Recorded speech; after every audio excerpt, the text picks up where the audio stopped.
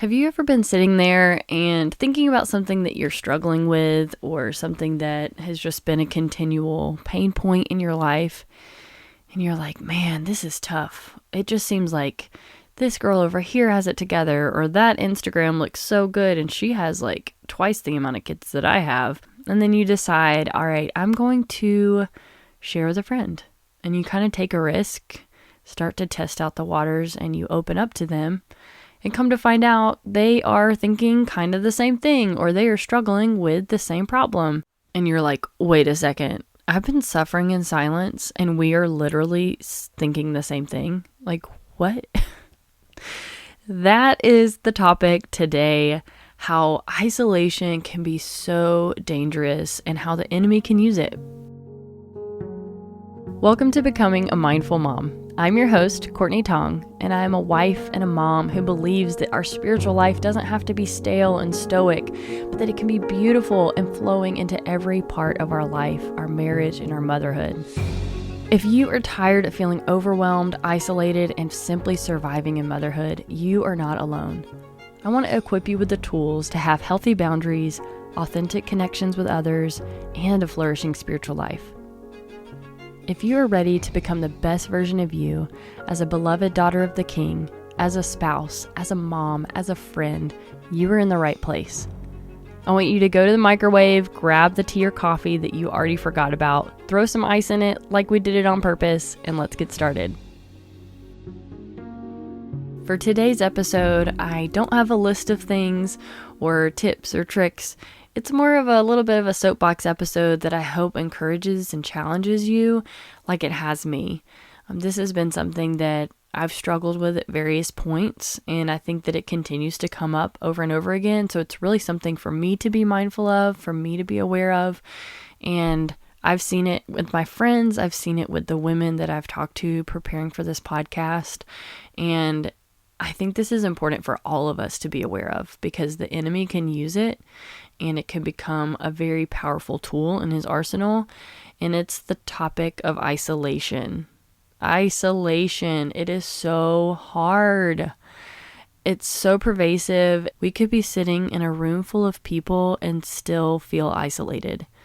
The reason being is because it's oftentimes things that are going on in our mind or in our heart, or things, it could be like, oh, my kid, if I feel like I'm bringing them to an outing with my friends, then maybe it would be a burden. And so we kind of start to pull away from community, from friendships. So it can be both internal and external. I've heard this come up over and over and over again.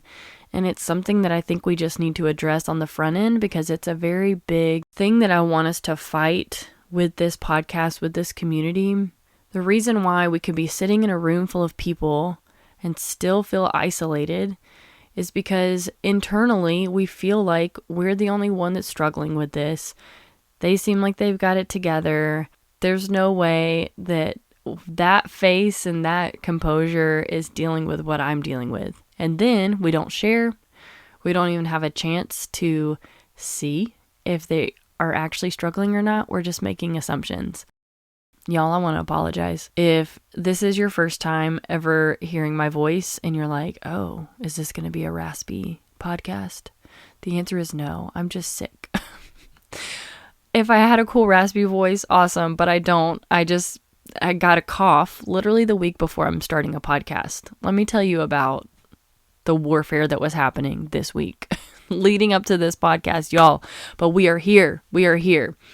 And I just felt very strongly that despite the hurdles, this podcast was supposed to happen. So thank you for being here. And thank you for listening to my side note as I digress.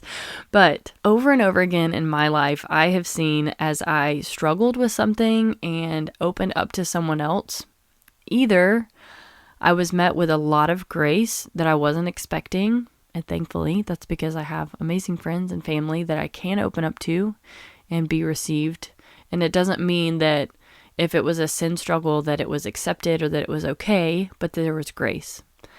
Or two, the person that I was sharing with, we had the same thing going on, but neither of us knew, and so neither of us talked about it, and so neither of us shared, and then we were together and both felt isolated. So that's where I feel like the enemy can do his greatest work. It is so tough if you feel like you're doing it by yourself. That to me is just the prime breeding ground for discouragement, for shame, for all of the things that probably are not honoring to the Lord. At some point, if you feel like you were the only one and then somehow you overcame that, even pride, like it's not just this, oh, okay, I just can't do it. But even if you do it, then maybe it feels like, all right, good me. I've overcome this. It wasn't too big. And even that's not true, right? The reality is that we have to be dependent on the Lord, but we also have to open up and lean into community. And that's hard. And I want you to be aware that you need to find your safe people. And that's hard to figure that out at the beginning. But I want to encourage you to step out and to pray that the Lord would bring the right women that you can stand shoulder to shoulder with, that you can be vulnerable and share whatever's going on, because it's important. Because if you're struggling with it, even if your friend isn't, other women are struggling with it as well. I know we had shared, and this isn't anything to do with motherhood specifically, but I volunteer with the college group at our church, and we had like a circle sharing time one night. And one young lady had shared her struggle about just sexual addiction and porn, and there was multiple girls that felt so loved by that because they had been struggling as well. And for someone to open up about that was huge, because we assume that it's a guy problem. And so if you're a girl struggling with that, like, what's going on? And to be able to witness that level of vulnerability in a group setting with guys and girls, it was beautiful.